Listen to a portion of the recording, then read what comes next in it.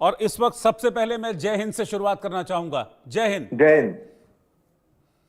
क्या कहेंगे सर इस एयर स्ट्राइक पर?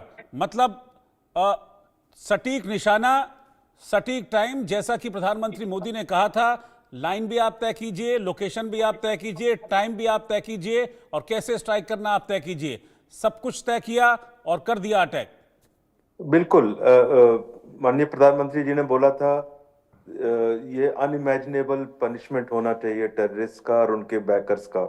और उसी आपने देखा जिस तरह के टारगेट्स चुने गए, एक ये आई थिंक बहुत he considered after due diligence, बहुत ही कंसिडर्ड डिसीजन रहा होगा। कौन से टारगेट्स, वहां पे कौन है, किस तरह का इंफ्रास्ट्रक्चर है, एंड नंबर ऑफ टारगेट्स जो चूज किए गए, एक बहुत ही रोबस्ट एक्शन के इमर्ज होके आया है। बहुत ही बड़ा एक्शन। सो उन्होंने जो हरकत की पहलगाम में, जिस तरह का हीनियस एक्ट किया, कवर्डली एक्ट किया, शर्मनाक एक्ट किया, उसके लिए ये बहुत ही एप्ट रिस्पॉन्स है, बहुत ही स्ट्रांग रिस्पॉन्स है। अटैक की उम्मीद कर रहे थे क्योंकि पहलगाम के बाद सर बड़े सेंटिमेंट्स बहुत हाई थे और पूरे देश में एक ही मांग उठ रही थी कि इसका बदला लिया जाना चाहिए, क्योंकि वो एक बहुत बड़ा टेररिस्ट एक्ट था। तो इसी तरह की उम्मीद हम कर रहे थे कि एक ऐसा जवाब पाकिस्तान को मिले जिसके बाद आतंक पर कम से कम सोचे वो। बिल्कुल बिल्कुल। I think in response to terrorist action इतना स्ट्रॉन्ग जवाब, इतना बड़ा जवाब किसी ने भी नहीं सोचा होगा। एंड उस हिसाब से ये बिल्कुल अनइमेजिनेबल रहा है कि जितना किसी ने सोचा नहीं होगा कि हम इस लेवल तक एंड इस मैग्नीट्यूड का अटैक करेंगे। एंड इतना इतना बड़ा in terms of geographical depth, in terms of numbers. तो ओवरऑल ये एक बहुत स्ट्रॉन्ग रिस्पॉन्स है। जिस तरह के वीडियोस एंड जो पिक्चर्स मैं देख रहा हूँ जो आप लोगों ने लिए हैं एंड जो Pakistani media and social media दिखा रहा है, वो टारगेट्स डिस्ट्रॉय हुए हैं, उनका वहाँ पे बहुत डैमेज दिख रहा है। तो ओवरऑल जो भी टारगेट्स सिलेक्ट किए गए हैं वो डिस्ट्रॉय कर दिए गए हैं। ऑल्सो वेरी क्लियरली वही टारगेट्स अटैक किए गए हैं।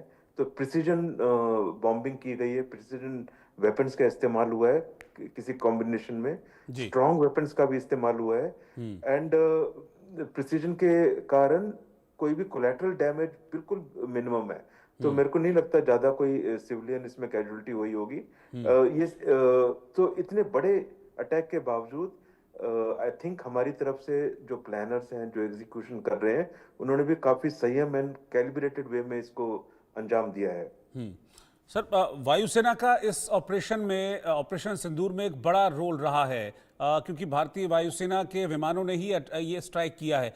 किस तरीके से प्लान की जाती है इस तरह की स्ट्राइक? और क्योंकि पाकिस्तान के एयर स्पेस पे भी एंटर नहीं किया और यहीं से अटैक किया और आतंक के ठिकानों को खत्म कर दिया। या अभी पूरे डिटेल्स इमर्ज होके नहीं आए हैं। आई थिंक आज की जो डिटेल्स इमर्ज होंगी इससे पता चलेगा। जो अभी तक पता है ये ट्राई सर्विस प्लानिंग रही है, तीनों सर्विसेज का कॉम्बिनेशन रहा है। जो वेपन्स एंड जो एयरक्राफ्ट एयरफोर्स ने यूज किए हैं, जो टारगेट दिख रहे हैं उस हिसाब से बिल्कुल प्रिसीजन वेपन्स का इस्तेमाल किया गया है। एंड इस समय हमारे पास कई कॉम्बिनेशन में प्रिसीजन वेपन्स हैं, उनका इस्तेमाल जरूर हुआ है। उसके लिए क्रॉस करने की जरूरत नहीं पड़ी होगी। क्या क्रॉस किया नहीं किया वो इमर्ज डिटेल्स आएंगे, लेकिन मेरे ख्याल से जरूरत ना पड़ी हो शायद। एंड जो टारगेट्स हिट किए हैं उन पे डैमेज अचीव किया है। सो ओवरऑल ये बहुत सक्सेसफुल आई थिंक मिशन रहा है from defence services. Sir and जो भी पहलगाम का जो आतंकवादी हमला था, उसको पूरी तरह से अवेंज किया गया है, पूरी तरह से जो बोलते हैं। एंड फिर भी मैं ये बोलूंगा इतने बड़े एक्शन के बावजूद कि ये एक बहुत ही फिर भी संयम से किया हुआ एंड बहुत ही कैलिब्रेटेड एक्शन है जो सिर्फ टेररिस्ट के अगेंस्ट। हाँ बिल्कुल, देखिए ये कोई भी मिलिट्री टारगेट नहीं है, कोई सिविलियन को इसमें डैमेज की एक्शन का नहीं है। बिल्कुल, लेकिन पाकिस्तान तो वो कर रहा है। हमने बहुत सोच समझ के, बहुत पेशेंटली इसको प्लान किया और उन्हीं पॉइंट्स को डिस्ट्रॉय किया जहां पर सिविलियन की कोई कैजुअलिटी या कोई नुकसान ना हो। लेकिन अब जवाब में रिटेलिएशन पाकिस्तान का हो रहा है और बॉर्डर पर वो जो जो सिविलियन इलाके हैं उनको निशाना बनाकर अब गोले दाग रहा है, तोप से गोले दागे जा रहे हैं। हाँ, वो देखो, वो एक्शन तो लेंगे कुछ। तो हमारी भी सेनाएं पूरी तरह से तैयार है। तो जब वो एलसी पे एक्शन ले रहे हैं, गोले दाग रहे हैं, हमारी सेना भी मुंह तोड़ जवाब दे रही होगी।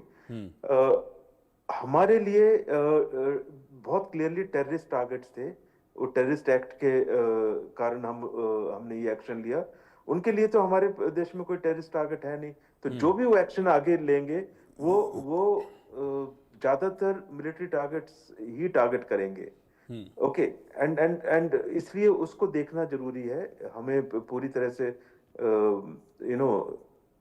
पूरी ऑपरेशनल डिप्लॉयमेंट हो गई होगी।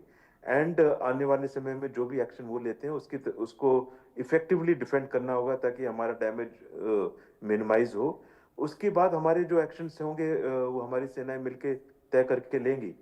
सो इसको मैं देखता हूँ कि थोड़ा सा और चलेगा या बढ़ेगा, इससे पहले कि कंट्रोल में आए।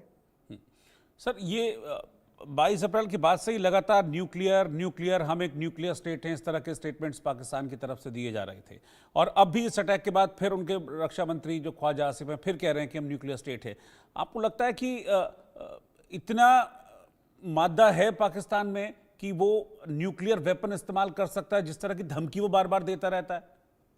देखो, धमकी देना उनके नेचर में है। वो कोई भी चीज होती है पहले सीधा न्यूक्लियर से बात करना शुरू करते हैं। अब दुनिया को भी देखना चाहिए कि ये कितनी इरेशनल, कितनी इररिस्पॉन्सिबल न्यूक्लियर स्टेट है, जो एक छोटे से कोई भी एक्शन होता है या कुछ भी डेवलपमेंट होती है सिक्योरिटी फ्रंट पे, तो सीधा न्यूक्लियर रैटलिंग पे सेवर रैटलिंग पे आ जाते हैं। तो ये तो उनकी लेवल ऑफ इमेच्योरिटी है, level of as a nuclear state कितनी उनकी रिलायबिलिटी है, नहीं पूरी दुनिया को देखना चाहिए।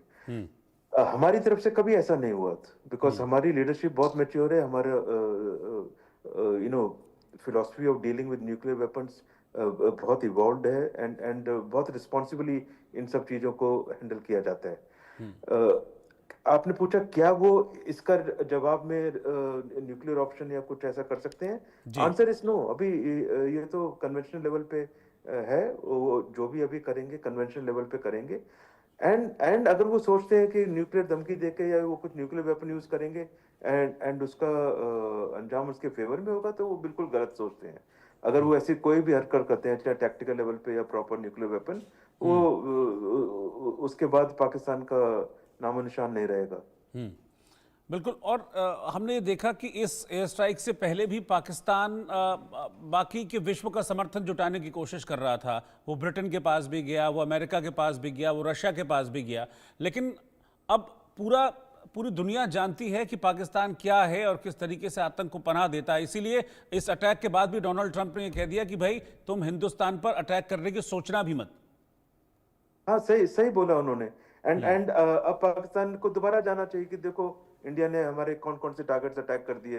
ये 9 टारगेट्स का डोजियर बना के एंड डैमेज करके दुनिया में जाना चाहिए, और दुनिया को उनसे पूछना चाहिए कि ये लोग कर क्या रहे थे आपके देश में, ये नेटवर्क क्यों पनप रहा है वहां पे। तो अब पाकिस्तान की बारी है जवाब देने की पूरी दुनिया को, एंड जवाब देने की अपनी खुद की आवाम को। पाकिस्तान के लोगों को ये देखना है कि उनकी मिलिट्री लीडरशिप क्या कर रही है, हुकूमत की किस डायरेक्शन में जा रही है। तो सो आने वाले समय में आई थिंक अब ये सब लोगों को वहां समझना बहुत जरूरी है। अच्छा सर, ये पाकिस्तान सिर्फ बातें कर रहा है या इस वक्त पाकिस्तान इस सिचुएशन को एस्केलेट करने की सिचुएशन में है भी? देखो, आप अगर ये पूछ रहे हैं कि इसका वो कोई रिस्पॉन्ड करेगा कि नहीं करेगा, तो मेरे हिसाब से वो जरूर रिस्पॉन्ड करेगा।